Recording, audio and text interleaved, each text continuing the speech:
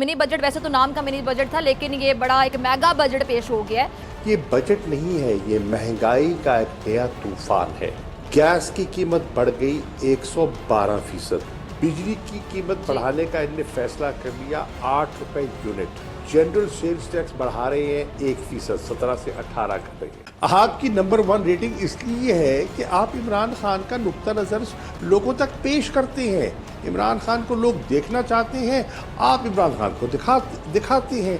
इमरान खान को लोग सुनना चाहते हैं, आप सुना देते हैं, तो लोग स्विच करते हैं आपकी चैनल। ऐसा ही हो रहा। आज भी जाए आप देखें, माशाल्लाह हमारे रेस्टोरेंट में आपको तो बैठने की जगह नहीं मिलेगी इस वक्त।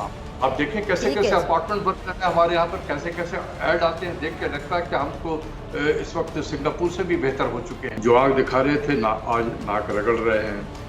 कहने की बात यह है कि हमें इस किस्म के अल्फाज जो है फाइनेंस मिनिस्टर के लेवल पे नहीं कहना चाहिए। सब्सक्राइब करें और बेल दबाएं ताकि कोई खबर रह न जाए।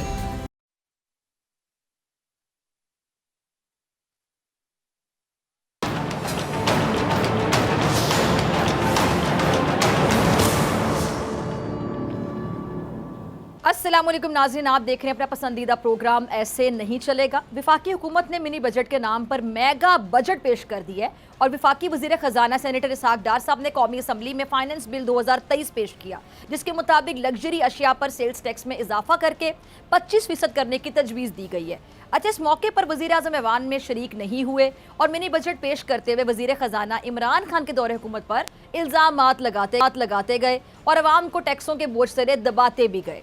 इस मिनी बजट के बाद अशिया ज़रूरिया में कोई ऐसी चीज़ नहीं होगी मेरे ख्याल से जिसकी कीमत में पहले से ज़्यादा इजाफा ना हुआ हो। अच्छा, इसी हवाले से साबिक़ वज़ीर आज़म और चेयरमैन पाकिस्तान तहरीक इंसाफ इमरान खान साहब ने वीडियो लिंक के ज़रिए कौम से खिताब किया, अपने और मौजूदा हुकूमत में अशिया की जो कीमतें हैं उसका कंपैरिजन किया, मुआजना किया और हवाला देकर इसहाक डार साहब के लगाए गए इल्ज़ामात को मुस्तरद भी किया।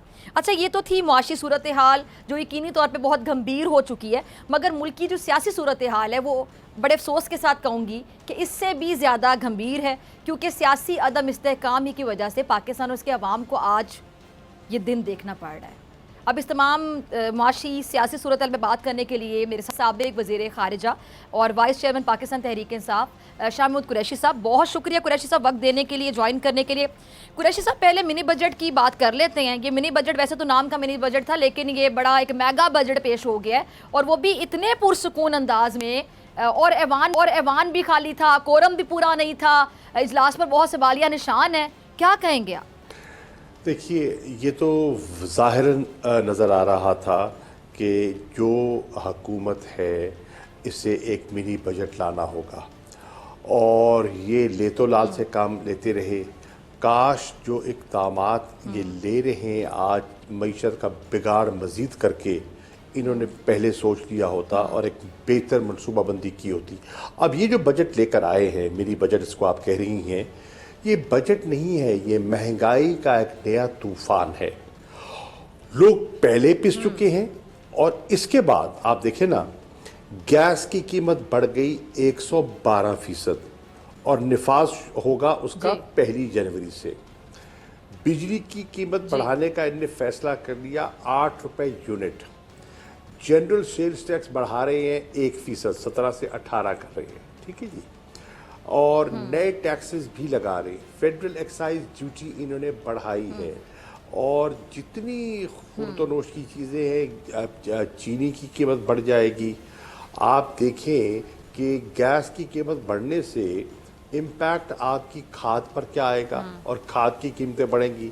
जब खाद की कीमत बढ़ेगी तो गंदम की कॉस्ट ऑफ प्रोडक्शन बढ़ेगी, आटे की कीमत बढ़ेगी।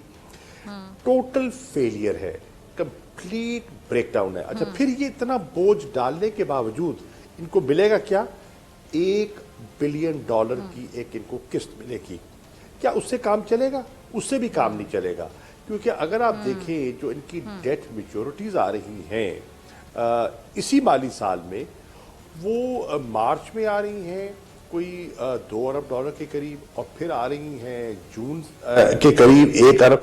$3 बिलियन तो मजीद चाहिए इन्हें अपनी जो उन्होंने पेमेंट्स करनी है। जब तक ये डेट रिस्ट्रक्चरिंग में कामयाब नहीं होते, इन इक़दामात से लोगों का कचूबर निकल गया, लेकिन मईशत नहीं संभलेगी। और फिर आपने देखा कि IMF ने एक बात की, IMF ने कहा कि आप जो भी इक़दामात कर लें, अगर पाकिस्तान की सियासी सूरत हाल इस तरह रही, वॉलेटाइल रही, यानी कि जो बिगड़ी हुई सूरत हाल है उसमें इस्तेकाम ना आया, तो ये इक़दामात भी नाकाफ़ी होंगे, बेकार होंगे, लोग पिसते चले जाएंगे, लेकिन मुल्क की ना सियासी सूरत हाल संभल पाएगी, ना माशी सूरत हाल संभल पाएगी। ठीक है, ठीक है। अच्छा कुरैशी साहब, आज भी इस्लामाबाद की इंसदाद दहशतगर्दी अदालत से ज़मानत मुस्तरद होने के बाद ये जो इमरान खान साहब की हिफाजती ज़मानत की दरख्वास्त है, उस पर लाहौर हाई कोर्ट ने जो इमरान खान साहब को पेश होने का हुक्म दिया है। अच्छा, एक तरफ ये खबर आती है कि जी जल्द खान साहब अवाम में होंगे, जलसे भी करेंगे, फिर अदालत में पेश भी नहीं होते हैं। और मैं फवाद चौधरी साहब को भी सुन रही थी, वो फरमा रहे थे कि उन पर खुदा न खास्ता कोई और कातिलाना हमला भी हो सकता है खान साहब पर। देखिए, एक तो है सिक्योरिटी कंसिडरेशंस, और दूसरी उससे बढ़कर जो इम्पोर्टेंट चीज़ है ना, वो है मेडिकल कंसिडरेशंस। मैं लाहौर में था, उनके साथ ही था जब उनके डॉक्टर्स की टीम आई जो उनका मुलाहिजा कर रही थी। उन्होंने, देखिए सूरत हाल क्या है, जो उनके ज़ख़म हैं वो तो भर गए हैं अल्हम्दुलिल्लाह, लेकिन जो हड्डी है जो जुड़नी थी वो काफ़ी हद तक जुड़ गई है, लेकिन डॉक्टर समझते हैं कम से कम 2 हफ्ते मज़ीद दरकार है। अगर उन्होंने चलना फिरना शुरू कर दिया, खुदा न खास्ता कहीं ठोकर लग गई, कहीं नाजायज़ पाँव में बल आ गया, तो वो हड्डी जो जुड़ रही है वो खुल सकती है। और अगर वो खुल जाती है तो खुदा न खास्ता तो 3 महीने, कम से कम 3 महीने उन्हें प्लास्टर में जाना होगा। अब वो रिस्क हम अफोर्ड नहीं कर सकते, इसीलिए अदालत से दरख्वास्त की है कि ये हमारी मेडिकल रिपोर्ट्स है, आप खुद उसका मुलाहिजा कर ले, एग्जामिन कर ले, खुद तसल्ली कर ले और उन्हें वक्फा दे दे।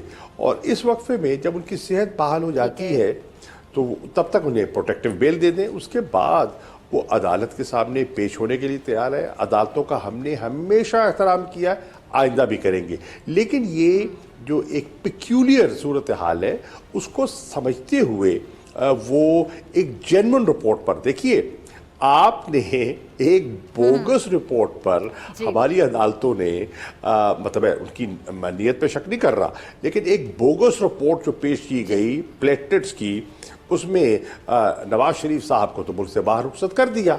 और ये एक जेन्युइन रिपोर्ट जो सामने आई है उसको कंसिडर करने में कहा गया शहबाज शरीफ का वज़ीर आज़म साहब का एफिडेविट 4 साल से बैठे हैं, मुख्तसर इलाज के लिए गए थे ऑन ए बोगस रिपोर्ट।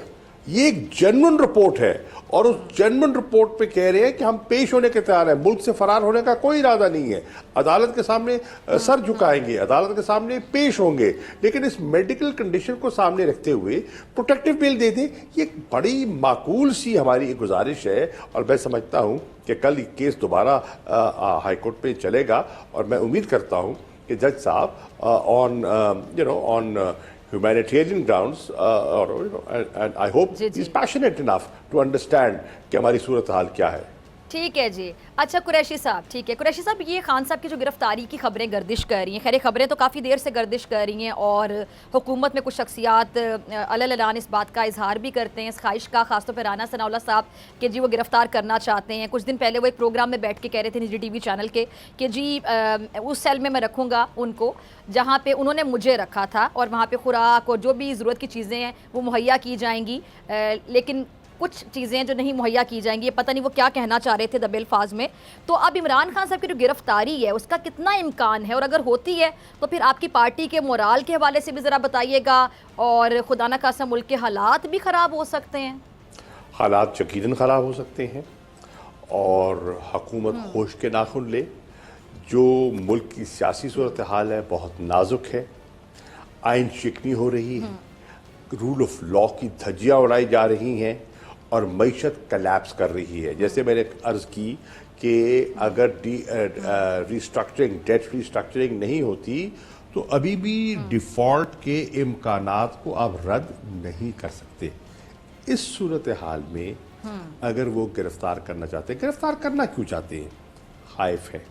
खाइफ इसलिए है, वो समझते हैं कि उनकी कारकर्दगी इतनी नाकिस है और माशी सूरत हाल इतनी अबतर है, इतनी बिगड़ चुकी है कि अगर इमरान खान बाहर निकल आते हैं अवामी राब्ता मुहिम में, तो वो एक जम्मे गफीर उनके पीछे होगा, एक काफिला होगा, एक कारवां होगा, और हुकूमत शायद उसको बर्दाश्त न कर पाए।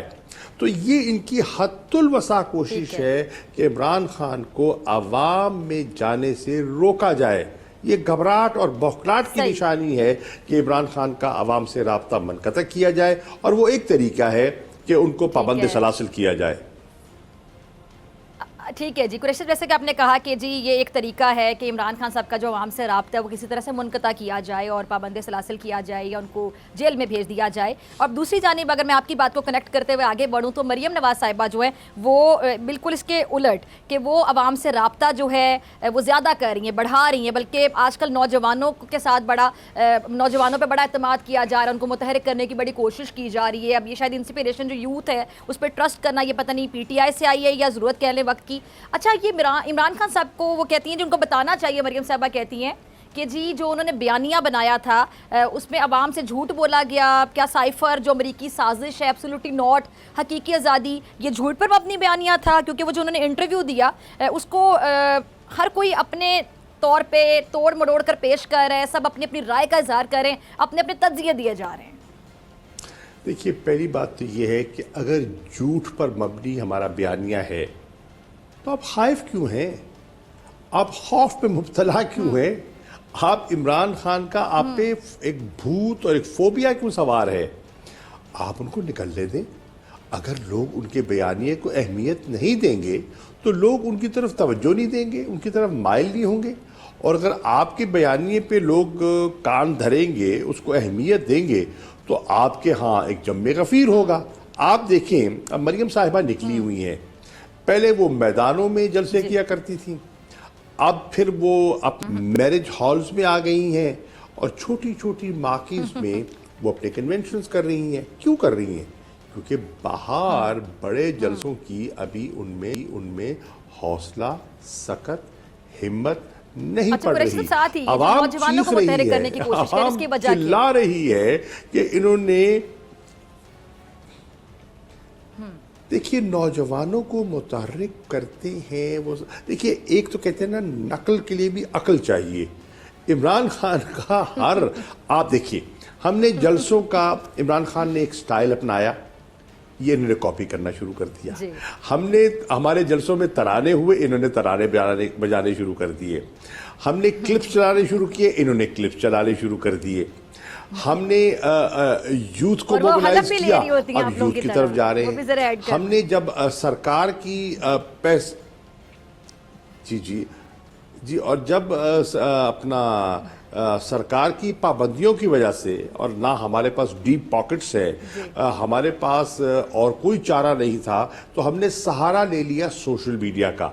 और जब सोशल मीडिया पर हमारा जो नुक्ता नज़र है वो लोगों तक पहुंचना शुरू हो गया, तो ने देखा कि हमने बहुत पैसा भी लगाया, बहुत इश्तिहारात भी दिए, स्टिक एंड कैरेट की पॉलिसी भी अपनाई, लेकिन फिर भी इमरान खान का नुक्ता नज़र जा रहा है। अब उनको घर में वो ज़ख्मी हैं, घर में पाबंद हैं, लेकिन जब वो खिताब करते हैं, आप जब वीडियो लिंक से खिताब करते हैं तो लोग देखते हैं।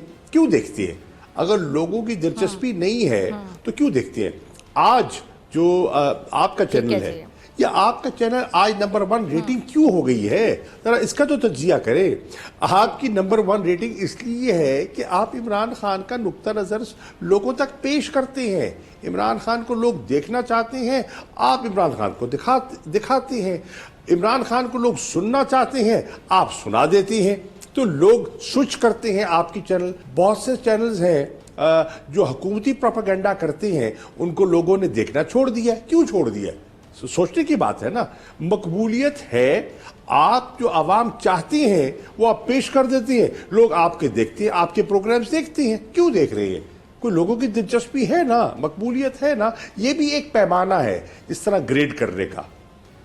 अच्छा ठीक है कुरैशी साहब, पंजाब की सूरत हाल पे मैं ज़रा आना चाहूँगी, वक्त की कमी है तो आपकी मौजूदगी का फ़ायदा उठाते हुए, और मैं वही सवाल करूँगी जो आज चीफ जस्टिस ऑफ पाकिस्तान ने उठाया कि इलेक्शन कमीशन पंजाब में इंतखाबात के लिए गवर्नर से मुशावरत क्यों कर। अर्ज ये है हमारी राय में डॉक्टर साहिबा, आइन में कोई अभाम नहीं जी, जी। है। आइन बड़ा वाज़ेह है कि इन्हें 90 दिन के अंदर इंतखाबात करवाने हैं। अब ये हौसला नहीं कर रहे कि इलेक्शंस में जाएं, लोगों में निकलें। पहले आपने देखा कि PMLN कायल करती रही पीपल्स पार्टी को कि आप ज़िमनी इंतखाबात का बायकॉट करें। फिर आपने देखा कि मौलाना फजल रहमान ने शहबाज शरीफ साहब से मीटिंग की और बाकायदा दरख्वास्त की कि उन्हें इलेक्शंस में नहीं जाना चाहिए। और फिर अब आपने देखा कि जो पीपल्स पार्टी की जो CEC है, उन्होंने भी बिलावल को इख्तियार दे दिया और कहा कि आप अगर इलेक्शंस बायकॉट करना चाहते हैं या उनसे लाताल्लुक़ होना चाहते हैं ज़िमनी इंतखाबात से, तो आपको इख्तियार देना चाहते हैं। अब ये करना क्या चाहते हैं? ये इलेक्शंस लड़ना भी नहीं चाहते और ये लोगों में देखना चाहते हैं कि लोगों का जो है ना वो टेम्परेचर कहाँ है।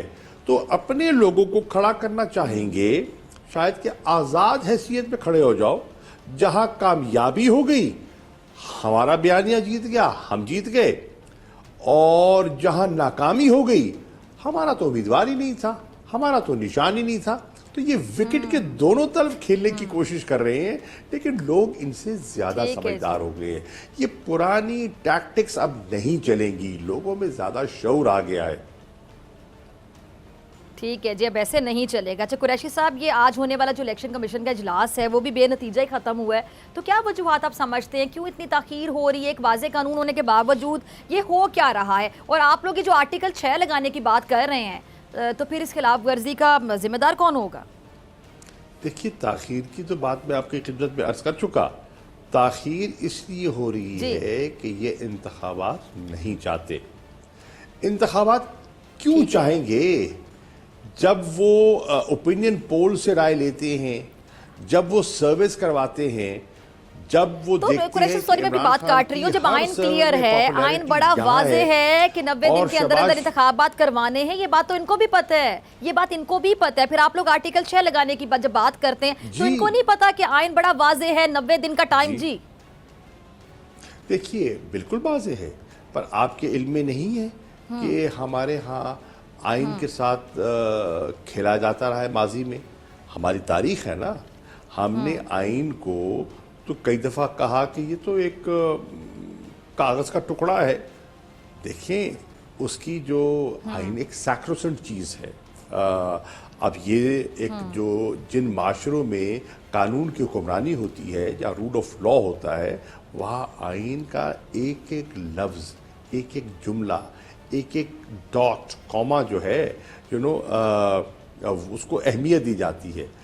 जहां आपने कानून को तस्लीम ही नहीं करना, जहां रूल ऑफ लॉ का रिवाज ही ना हो, तो फिर तो एक किताब है ना, आप पढ़ ले न पढ़े, अमल करें न करें, लेकिन ये बड़ा खतरनाक खेल खेल रहे हैं। इन्हें अंदाजा नहीं है कि अगर आइन की आप एक शिक की खिलाफ वर्जी करते हैं और ये एक रीत चल पड़ती है, तो बात कहाँ थमेगी? बात वहां थमेगी जहां पूरा निजाम निपट जाएगा। ठीक है शामिद कुरैशी साहब, बहुत शुक्रिया आपके वक्त के लिए। नाज़रीन, आपसे मुलाकात होगी ब्रेक के। मेरे साथ मौजूद होंगे डॉक्टर अशफाक हसन खान साहब।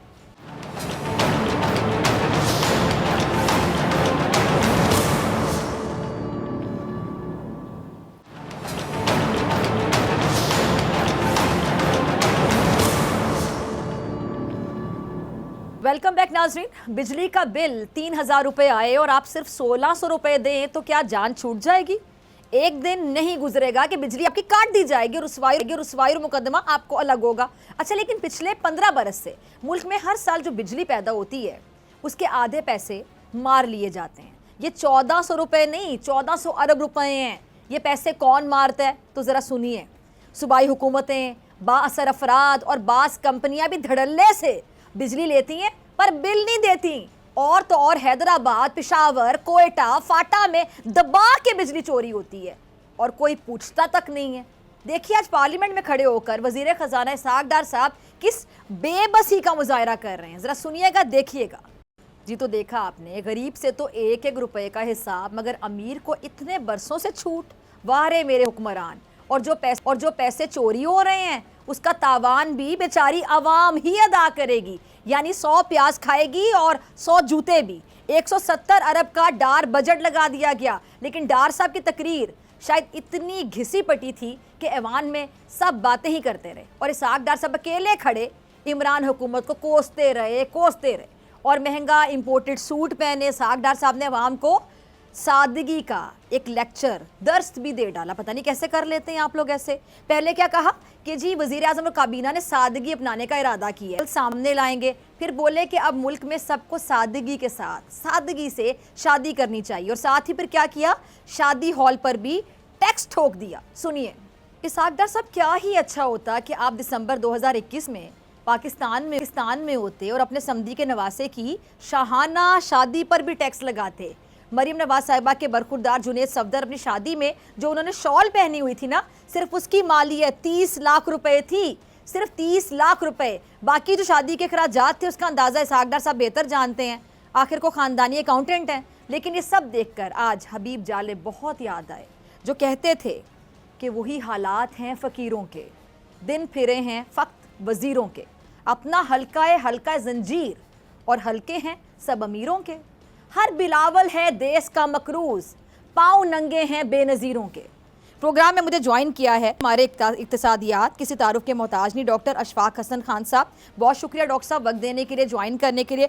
डॉक्टर साहब, IMF को आंखें दिखाने वाले इसहाक डार साहब किस तरह से अब उनके लिए आंखें बिछा रहे हैं, गैस, बिजली, पेट्रोल हर चीज़ महंगी करते जा रहे हैं, तो इनकी कारकर्दगी जो परफॉर्मेंस है वो तो काफ़ी मुतासर कुन है। नहीं, ये तो सही कहा है आपने अपने इंट्रोडक्शन में भी। डार साहब ने भी आंखें दिखाने से लेकर और नाक रगड़ने तक का सफ़र बहुत खुश असलूबी से तय किया, और ये मंजिल बड़ी खुश असलूबी से उन्होंने तय किया है। जो आग दिखा रहे थे आज नाक रगड़ रहे हैं।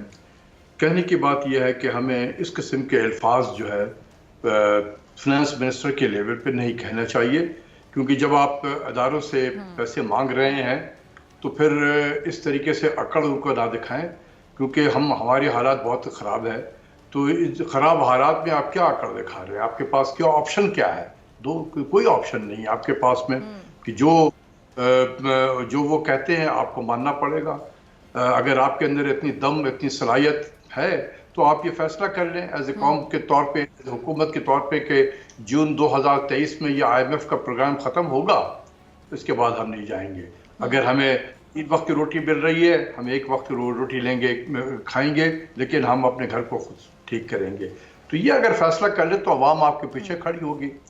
लेकिन ये भी सादगी का जो आप बता रही थी, बड़ा इंटरेस्टिंग ये है कि एक तरफ सादगी का भी दर्स है और दूसरी तरफ 85 मेंबर के कैबिनेट भी है।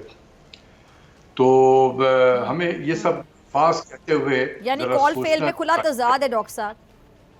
अब क्या कहेंगे, इतना सख्त अल्फाज में नहीं बोलना चाहता हूँ, लेकिन बहरहाल इस वक्त जो है पाकिस्तान के पास कोई ऑप्शन नहीं है, और जो IMF कहता है आपको मानना पड़ेगा, क्योंकि IMF ने 34 साल मेहनत की है, 34 साल पाकिस्तान को इस जगह पहुंचाने में।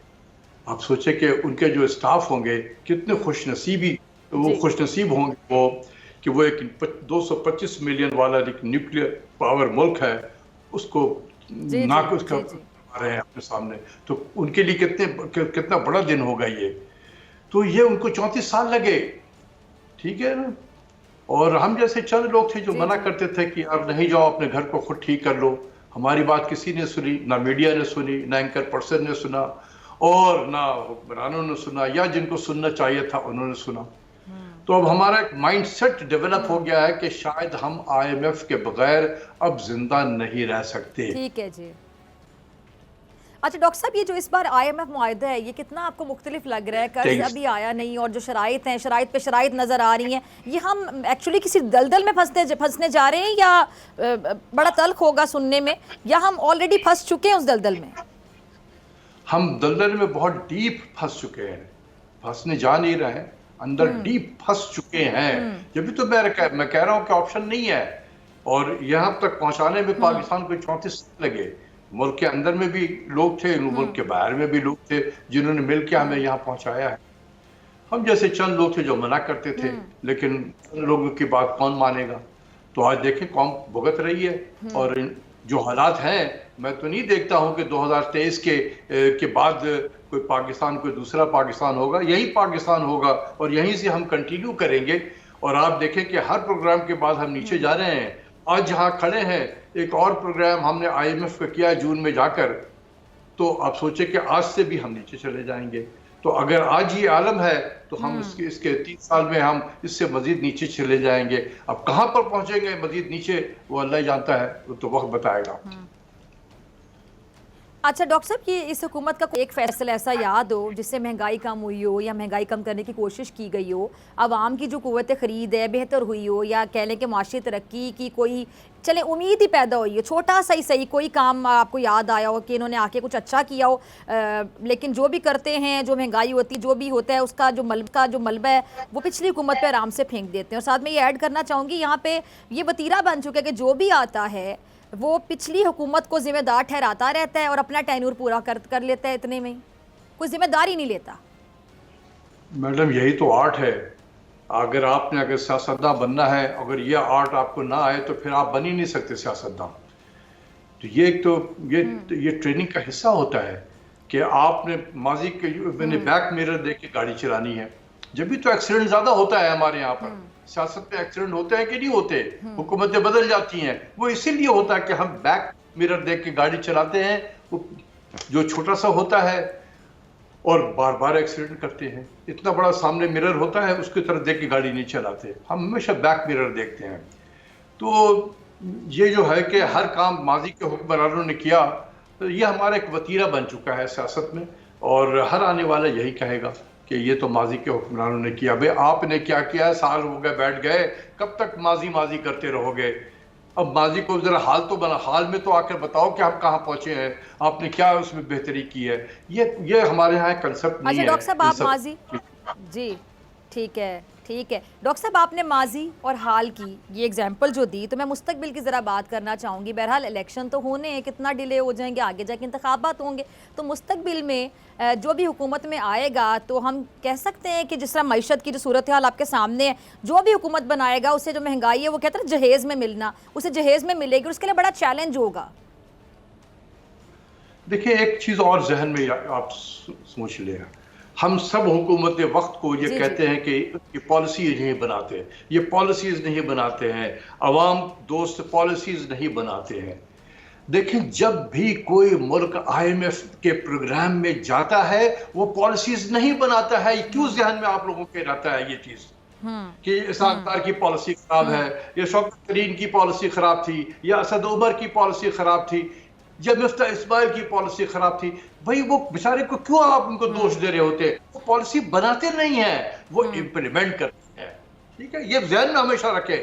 जब भी कोई मुल्क IMF के प्रोग्राम में चला जाता है, उनसे पैसा लेता है, वो माशी पॉलिसी नहीं बनाता है, वो माशी पॉलिसी IMF बनाकर हमें दे देती है, हम सिर्फ इम्प्लीमेंट करते हैं। तो कोई अच्छा इम्प्लीमेंटर होता है, कोई उससे कम खराब इम्प्लीमेंटर होता है, कोई बहुत ही खराब इम्प्लीमेंटर होता है। लेकिन दोष देना कि जी आप अवाम दोस्त पॉलिसी नहीं बना रहे हैं, आप सनती पैदावार नहीं बढ़ रही आपकी पॉलिसी से, भाई उसको क्यों दोष दे रहे हो? वो तो बेचारा इम्प्लीमेंट कर रहा है। हम जो है मैसेंजर को मार रहे होते हैं, जो असल पीछे है उसका कोई जिक्र ही नहीं करते। तो मैसेज पहुंचा रहा है, अब उसी को मार रहे होते हैं, उसको गालियां दे रहे होते हैं। तो ये कौम को बताया करें कि जब भी कोई मुल्क जाता है अपनी मौशी आजादी का सौदा है। जी अच्छा डॉक्टर साहब, जब अवाम ये 100 का नोट खर्चेंगे तो 18 रुपए हुकूमत के पास जाएंगे। अब अगर हम 100 रुपए की बात करें तो 100 रुपया ऑलरेडी महंगाई की वजह से समझ लें कि तकरीबन 70 रुपए के बराबर हो गया। यानी 70 रुपये जब कोई लेकर जाएगा, वैसे वो 100 रुपया लेकर जाएगा, लेकिन महंगाई की वजह से वो 70 के बराबर हो जाएगा। तो उसमें से यानी 50 रुपये की खरीदारी करेगा, बाकी हुकूमत के पास चला जाएगा। तो ये अवाम की मुश्किलात तो बढ़ती चली जा रही हैं, अवाम इनको नज़र ही नहीं आ रही। अवाम कहाँ पर है? सादगी के ये भाषण देते हैं, दर्स देते हैं, लेक्चर देते हैं, तो खुद फिर अपने से आगाज़ करें ना। ये सब जो आप बातें कर रही है ना मैडम, इसका कोई फायदा नहीं है सब चीजों का। मैं बार बार आपसे कह रहा हूं, समझने की कोशिश करें। यहाँ पर जो आएगा, फिर क्या करें जो डॉक्टर भी साहब, आ जाएगा, क्या करें फिर? आप अपने घर को खुद सही करो ना। किसने आपको रोका हुआ कि आप अपने घर को सही ना करें? भाई जब आपका घर है, आप अपने घर को सही नहीं तरीके से चला रहे हैं, तो दूसरे आके फिर चलाएंगे, तो फिर कंप्लेन किस चीज की कर रहे हैं आप? You should not complain. अच्छा डॉक्टर साहब, एक और सवाल। आपकी बात ठीक है, आपकी बात से मैं अग्री करती हूँ। आप बिल्कुल सही बात कर रहे हैं, फैक्ट बेस्ड बात कर रहे हैं। अच्छा एक और चीज ना, कि जो हमारी शराफियाँ हैं, ये जो हमारी शराफियाँ हैं, गरीब ही क्यों पिसता है? ये जो हमारी शराफियाँ हैं, IMF को नज़र नहीं आता कि ये क्या क्या अमरात लेते हैं? अमरात देख लें, इनकी गाड़ियाँ देख लें आप, इनके मुलाजमीन देख लें, इनके आप हवाई टैक्स देख लें। ये जो कैंची है, ये गरीब आवाम पे चलती है, इन पे क्यों नहीं चलती है? इनके अखराजात कम क्यों नहीं होते हैं? इनमें से कौन है जो कुर्बानी देगा कि जी मैं अमरात नहीं इंजॉय करूँगा, मैं ये इतने टैक्स, हवाई टैक्स, मुलाजमीन, पेट्रोल, ये सारा कुछ आज से हम कुर्बानी देते हैं, हम आगाज़ करते हैं। अशराफिया क्यों नहीं कुर्बानी देते? सियासत इसलिए करते हैं, कुर्बानी देने के लिए। सोचे ना जरा सा, कोई दरी बिछा रहा होता है, कोई कुर्सियां लगा रहा होता है, कोई स्टेज पे काम कर रहा होता है, कोई नारे लगा रहा होता है, कोई पुलिस का डंडा भी खा रहा होता है। वो इसलिए करता है कि वो फिर आम आवाम बने। वो ये हमारे यहाँ का कल्चर है, सियासी कल्चर है। अवाम पिसते हैं क्योंकि तो कौन चेंज करेगा इसे? अवाम डॉक्टर साहब, क्या फिर हम मायूस हो जाएं या कोई उम्मीद रखें? नहीं, अवाम को एजुकेट करें आप, अवाम को एजुकेट करें जिस दिन। इसीलिए मैं कहता हूं कि थोड़ा और भी प्रॉब्लम में आए अवाम, और महंगाई के चक्की में जरा पिसे, ताकि इनको एहसास हो कि जो भी मुल्क IMF में जाता है उसको उस पर क्या गुजरती है। जब तक कि आप पे गुजरेगी नहीं, आपको उसका एहसास ही नहीं होगा। तो let the people of Pakistan suffer, गरीब सफर करे, ताकि जब वोट देने जाए तो लीडर से पूछे कि तुम क्या IMF में प्रोग्राम में दोबारा जाओगे? अगर वो कहता है हाँ जाए, आप उसको वोट तो ना दें। डॉक्टर साहब, आप ना दे वोट उसको। डॉक्टर साहब, आपको इनकलाब एक वाहिद रास्ता नजर आता है? कोई इस मुल्क में इनकलाब नहीं आता है, ठीक है ना। हमारा नेचर जो है वो इस किस्म का इनकलाबी किस्म का नेचर नहीं है। हम बड़े डोसाइल कौम है, डंडों के नीचे रहने वाले कौम है। आप देखते हैं कि इस मुल्क में डेलिबरेट तरीके से आपने कभी तालीम को परवान नहीं चढ़ने दिया, क्योंकि ये जो आज हम जितनी बातें कर रहे हैं, this is the beauty of keeping your nation illiterate. अवाम अगर एजुकेट हो जाए, अगर उनका सोच बदल जाए, तो फिर ये सियासतदान जो है, जो आजकल हम सियासत करते हैं पाकिस्तान में, वो फिर सियासत नहीं कर सकते। तो उनके इंटरेस्ट में है कि अवाम को इसी तरीके से रखा जाए, ताकि एक एक रोटी के मोहताज हो। अच्छा डॉक्टर साहब, आपकी बात से मैं एक बात निकालूंगी, आपकी इजाजत से डॉक्टर साहब, आप बड़ी अच्छी बात कर रहे हैं कि अवाम अगर एजुकेट हो जाए, तो हमारे यहाँ जो लोग एजुकेट हो गए हैं या जिन लोगों को लगता है कि ये गलत हो रहा है, इस निज़ाम को तब्दील होना चाहिए, जो आवाज़ उठाते हैं, तो उनके बारे में हमारे यही सो कॉल्ड जो सियासतदान हैं, जो कि सियासत नहीं इबादत कर रहे हैं, कहते हैं प्रैक्टिकली जो है सबके सामने है, तो ये लोग कहते हैं कि चंद लोग हैं, ये चंद लोगों का टोला है, ये उनको चंद लोग करार दे देते हैं, रद्दी की टोकरी में फेंक देते हैं उनकी तादाद को कम कह के, कि ये जो लोग अच्छी बातें कर रहे हैं, सिस्टम को चेंज करने की बातें कर रहे हैं, निज़ाम की तब्दीली की बात करें, कि तो चंद लोग हैं, इनकी तो राय मैटर नहीं करती। ये हमारे सियासतदानों का रवैया। ठीक है, जाहिर सी बात है, आप उनसे इन तमाम चीज़ छीनने की कोशिश करेंगे तो वो अपने आप को बचाएंगे नहीं, वो आप काउंटर हमला करेंगे। ये सब अवाम तब्दील कर सकते हैं। इसलिए मैं कहता हूं कि थोड़ा और पिसे ये। जब ये जाएंगे आलू खरीदने के लिए, 1000 रुपए केजी बिकेगा, आटा उनको 500 रुपए केजी बिकेगा, जब चीखें निकलेंगे, तो फिर जब वोट देने जाएंगे, उनकी सलाहियत उनके पास है ना, वो वोट उसके हाथ में है। उस वक्त वोट का उस हुक्मरान को वोट दे, वो जो ये कहे कि जी हमने आए जाना है। सही। अवाम वो सहते जाएंगे, चलो यार आज 300 रुपए बिक रहा है, कल 350 हो गया, 200 ना खुशी का इजहार कर देंगे, आपका मीटिंग चला जाएगा, वहां पर 2-4 बुरा भला कह देंगे, वो चीजें खरीद लेंगे। ऐसा ही हो रहा। आज भी जाए आप देखिए, माशाल्लाह हमारे रेस्टोरेंट में आपको तो बैठने की जगह नहीं मिलेगी इस वक्त शाम। आखिर वो भी तो पाकिस्तानी है। ठीक है जी, ठीक है। आप देखें कैसे कैसे अपार्टमेंट बन रहे हैं हमारे यहाँ पर, कैसे कैसे ऐड आते हैं, देख के लगता है कि हम तो इस वक्त सिंगापुर से भी बेहतर हो चुके हैं ऐड देखकर।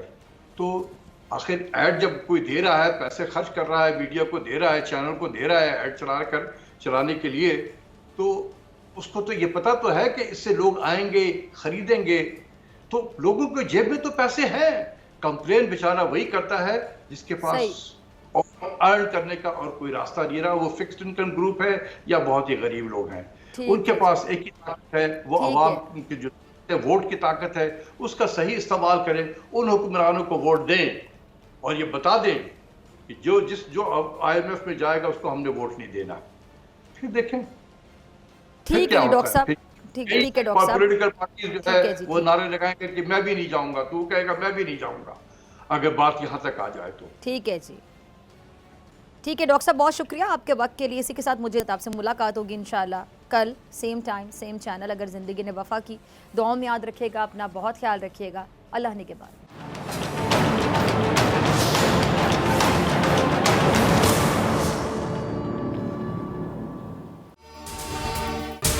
अगर आपको ये वीडियो पसंद आई तो सब्सक्राइब करें और बेल आइकन पर क्लिक करें। बोल उड़ाएगा सबका होश, भूल जाएंगे सब अपना जोश। देखिए पाकिस्तान की सबसे बड़ी PSL ट्रांसमिशन सकलैन मुश्ताक, रमीज राजा, सुहेब अलवी, जमील फारूकी और फहीम खान के साथ खेल का जुनून रोजाना रात 11 बजे सिर्फ बोल न्यूज पर। सब्सक्राइब करें और बेल दबाएं ताकि कोई खबर रह न जाए।